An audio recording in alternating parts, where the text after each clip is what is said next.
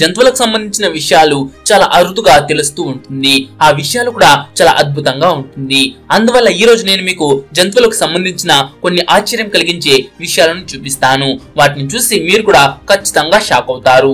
ఒకవేళ ఇన్సిడెంట్స్ కెమెరాలో గనక క్యాప్చర్ అయి ఉండకపోయింటే మనకు వీటి గురించి ఎప్పటికీ తెలిసేది కాదు. అయితే ఈ వీడియో చాలా ఇంట్రెస్టింగ్ గా ఉంటుంది.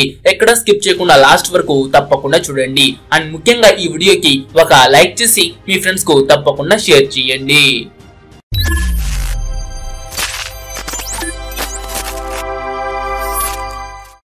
Red crabs migration. ఇప్పుడు మిమ్మల్ని ఒక ఎలాంటి ఐలాండ్ పైకి తీసుకువెళ్తాను అంటే అక్కడ ప్రతి చోట కేవలం పీతలు అంటే క్రాబ్స్ మాత్రమే కనబడతాయి. ఈ ఐలాండ్ ఆస్ట్రేలియా నుంచి 1500 కిలోమీటర్స్ దూరంలో ఇండియన్ ఓషన్ లో ఉంది. దీని పేరే క్రిస్మస్ ఐలాండ్. ఈ ఐలాండ్ పై క్రాబ్స్ వర్షం కురిసినట్టుగా కనబడుతుంది. ఇక్కడ ఎంత ఎక్కువ మొత్తంలో క్రాబ్స్ ఉంటాయి అంటే వీటి కారణంగా రోడ్లు మొత్తం రెడ్ కలర్ లోకి మారిపోయి ఉంటాయి. రోడ్లే కాదు, అక్కడ ఉన్న చెట్లు, రాళ్లు, రెప్పలు, వస్తువులు వాటి మీద అంతా ఈ పీతలే నిండిపోయి ఉంటాయి. ఈ క్రిస్మస్ ఐలాండ్ పైన లక్షల సంఖ్యలో క్రాబ్స్ ఉంటాయి. ఇవి రోడ్లపై నుండి మొదలు పెట్టి అడవి, ఇల్లు, రెస్టారెంట్, బార్స్, బస్ స్టాప్ ప్రతి చోట కనబడతాయి. అయితే నవంబర్ నుంచి జనవరి మధ్యలో క్రాబ్స్ యొక్క రీప్రొడక్షన్ టైం ఉంటుంది. అందువల్ల ప్రతి సంవత్సరం క్రాబ్స్ ఎక్కువ సంఖ్యలో మైగ్రేషన్ చేస్తాయి. ఈ టైంలో ఈ క్రాబ్స్ క్రిస్మస్ ఐలాండ్ కార్నర్ లో ఉన్న అడవి నుంచి మరో కార్నర్ లో ఉన్న హిందూ మహాసముద్రం వరకు 8 కిలోమీటర్ల ప్రయాణం చేస్తాయి గుడ్లు పెట్టడానికి. ఈ టైంలో ఇక్కడి గవర్నమెంట్ ఈ ఐలాండ్ రోడ్లను క్లోజ్ చేస్తుంది. ఎందుకంటే రోడ్ల పైన వెహికల్స్ నడిపితే వాటి కింద పడి ఈ క్రాబ్స్ చనిపోతాయి అని. అలాగే ఈ పీతలకు రోడ్లు దాటడానికి కూడా ప్రత్యేకమైన బ్రిడ్జ్లను కూడా నిర్మించారు. ఇక్కడ ప్రతి చోట రోడ్డు క్లోజ్ అన్న బోర్డ్స్ ని కూడా పెడతారు ఆ పీతలను రక్షించడానికి.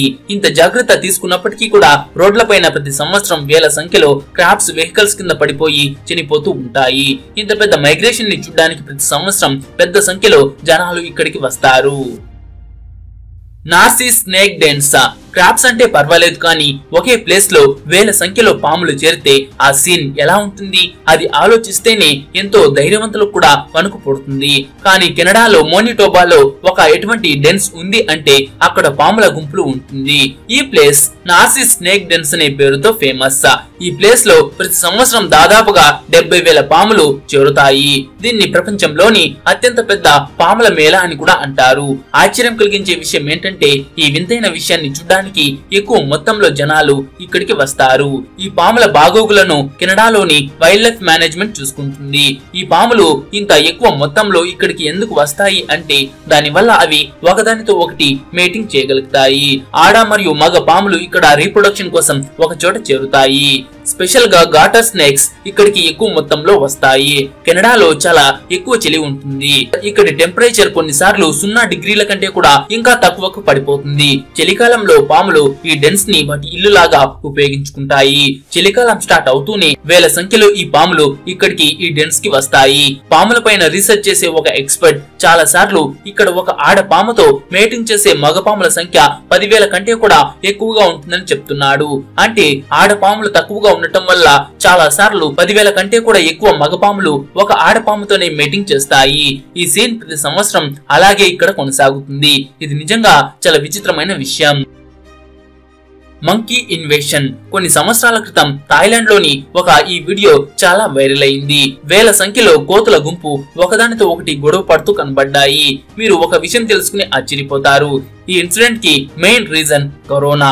అవునండి, కరోనా మహమ్మారి కారణంగా ఇక్కడ టూరిస్టుల రాకపోకలు ఆగిపోయాయి. దానివల్ల ఇక్కడ ఉండే కోతలకు ఆహారం దొరకడం లేదు. ఎందుకంటే ఎప్పుడైతే అక్కడికి టూరిస్టులు వస్తూ పోతూ ఉండేవాళ్ళు అప్పుడు ఈ కోతలకు ఆహారానికి కుదవలేకపోయింది. వాళ్ళు వాటికి తినడానికి ఏదో ఒకటి ఇచ్చేవాళ్ళు. కానీ ఎప్పుడైతే టూరిస్టులు అక్కడికి రావడం ఆగిపోయిందో అప్పుడు ఆకలితో ఈ కోతుల సిచ్యువేషన్ చాలా పాడైంది. ఏదైనా ఒక కోతికి ఒక అరటిపండు దొరికినా దాన్ని తీసుకోవడం కోసం వేల సంఖ్యలో కోతులు ఎగబడేవి. వాటి సిచ్యువేషన్ అంత దారుణంగా మారిపోయింది. ఆ ఒక్క అరటిపండు కోసం వేల సంఖ్యలో కోతులు ఒకదానితో ఒకటి గొడవ పడేవి, రోడ్లపైన పరిగెడుతూ ఉండేవి.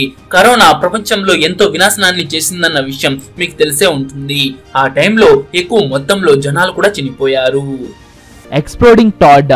ప్రతి జంతువుకి దాని ప్రాణం పైన ప్రేమ ఖచ్చితంగా ఉంటుంది.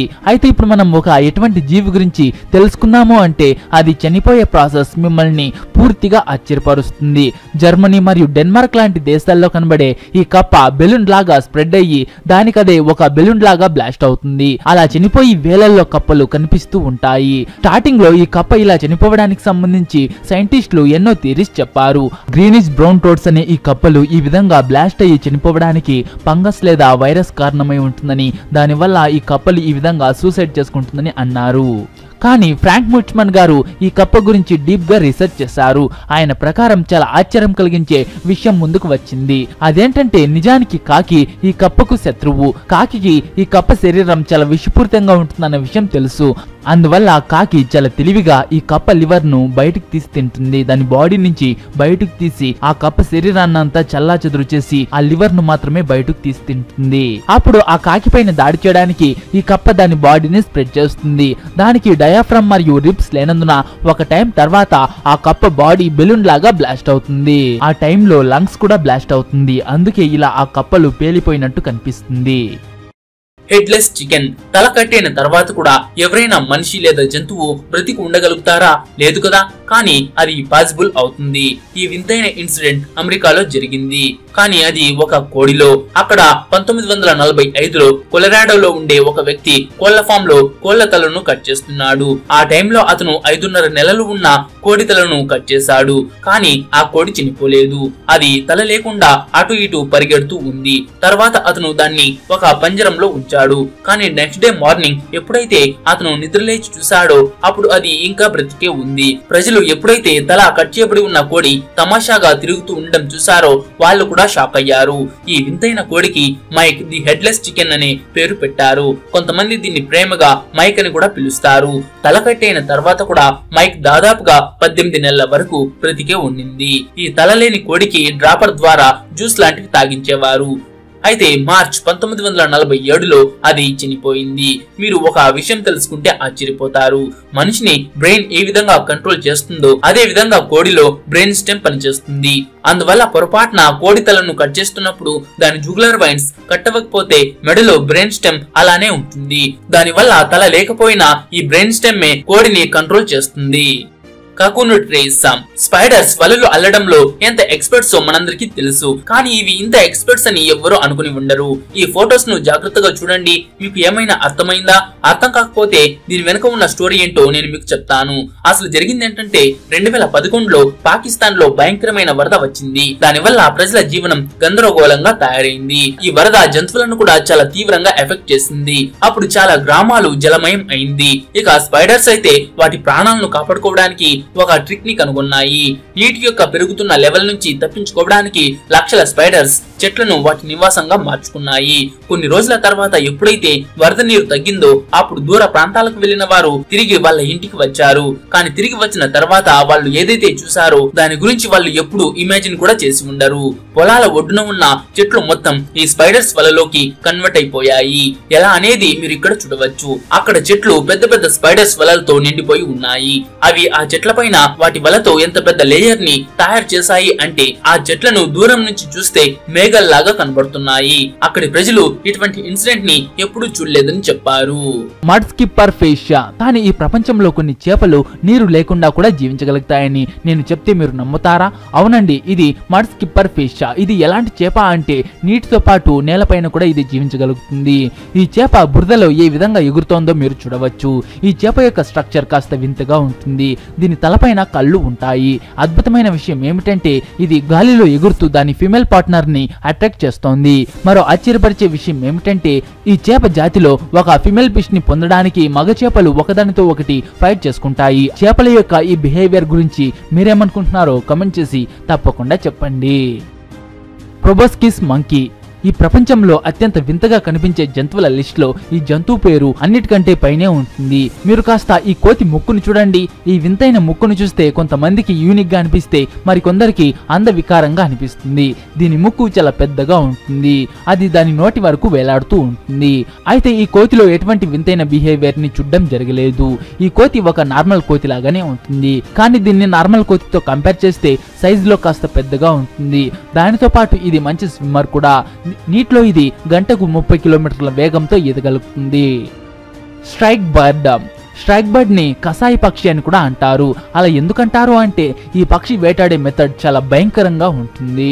మొట్టమొదట ఇది దాని వేటను పట్టుకుని ఏదైనా పదునైన ప్లేస్ కి తీసుకువెళ్తుంది. తర్వాత దాని మెడను విరచడానికి, చంపడానికి దాన్ని ఆ పదునైన ముళ్ళుకు గుచ్చుతుంది. అది కూడా బ్రతికుండంగానే. ఒక పక్షికి ఇలాంటి మైండ్ సెట్ ఉండడం అనేది చాలా ఆశ్చర్యపరుస్తుంది కదా. ఈ పక్షిని చూస్తే ఇది ఇంత దారుణంగా ఉంటుందా అని అనిపించదు. మీకు ఏదైనా జీవి ఈ విధంగా ముళ్ళకు గుచ్చుకొని కనిపిస్తే అది ఈ పక్షి పనే. అయితే అసలు ఈ పక్షి ఇలా ఎందుకు చేస్తుంది అనేది తెలియట్లేదు. ఒక రీసెర్చ్ ప్రకారం ఈ పక్షి దాని వేటను ఏదైనా ముళ్ళకు గుచ్చి చంపుతుంది. చాలా రోజుల తర్వాత ఆ చనిపోయిన వేటను మళ్ళీ తింటుంది. దానివల్ల ఆ వేటలో ఏదైతే విషం ఉంటుందో అది టైంతో పాటు దాని బాడీ నుంచి వెళ్ళిపోతుంది అని. సో ఫ్రెండ్స్, చూసారు కదా ఈ వింతైన జంతువులు, వాటి బిహేవియర్ ని. అయితే ఈ వీడియో మీకు నచ్చింటే ఈ వీడియోకి ఒక లైక్ చేసి మీ ఫ్రెండ్స్ కు తప్పకుండా షేర్ చేయండి.